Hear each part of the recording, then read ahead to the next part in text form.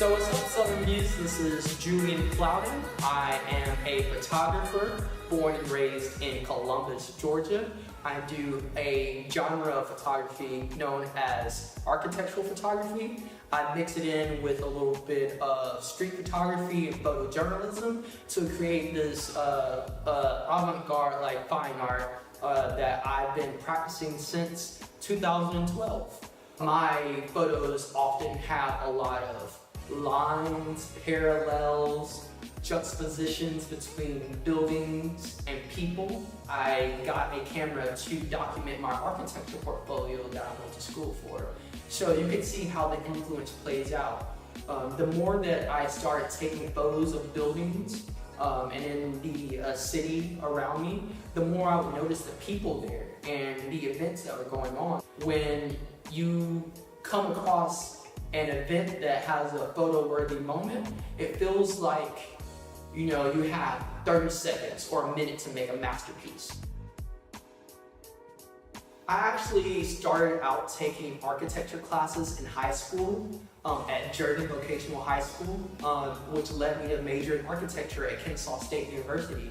And while I was there, I had to document my portfolio. So I got a scholarship and I used the scholarship to buy me a camera.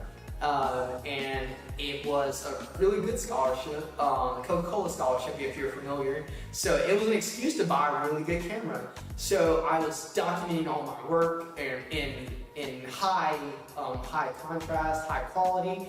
And then I was like, you know, let me just see what else I can do with this. And I just pushed it as far as I can while still trying to do my work for school. This photo, I actually took it as one of my most recent, and it's one of my favorites. It is a photo of a man in the Royal Cafe in Columbus, Georgia, an older gentleman actually, reading a piece of mail that says, "Cover your final expenses." It was a movie-like moment that I like to describe as one of those like once in a lifetime or timeless moments. I pull out my camera and in the middle of the restaurant, like I actually just start snapping. It's just a really clean photo that almost looks staged. And it's what I would describe as visual poetry, honestly, and that's what I often aim for, like something that's really going to leave a lasting impression. A lot of my photographs, a lot of my street photography you'll see was taken in Atlanta where I went to school.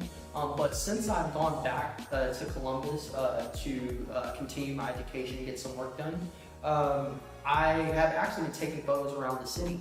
And this was a conceptual photograph that actually just stood out to me because if you notice, the cloud is actually intersecting directly with the tree.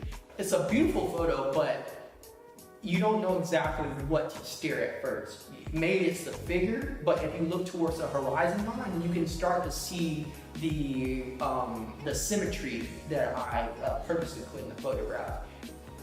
Ooh, yes. This was actually taken in Atlanta. It's one of my more abstract pieces.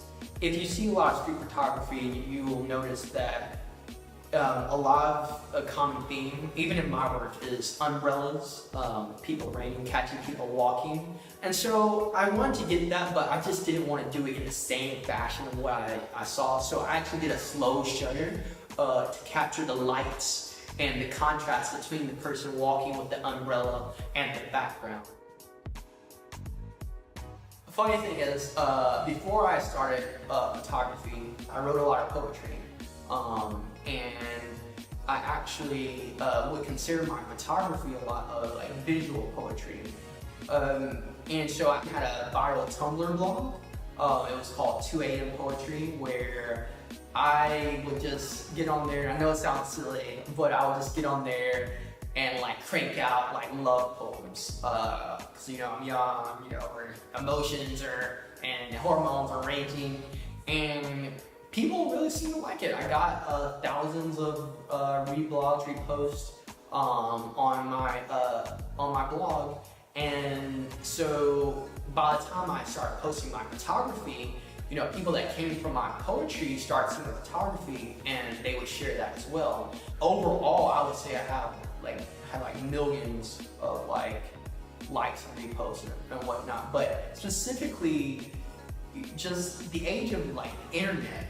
If you're putting something on the platform that people honestly care about or is important, I mean, there's funny things too, but if it resonates with people, then they're going to click and they're going to share it. So that's what I really saw result from that.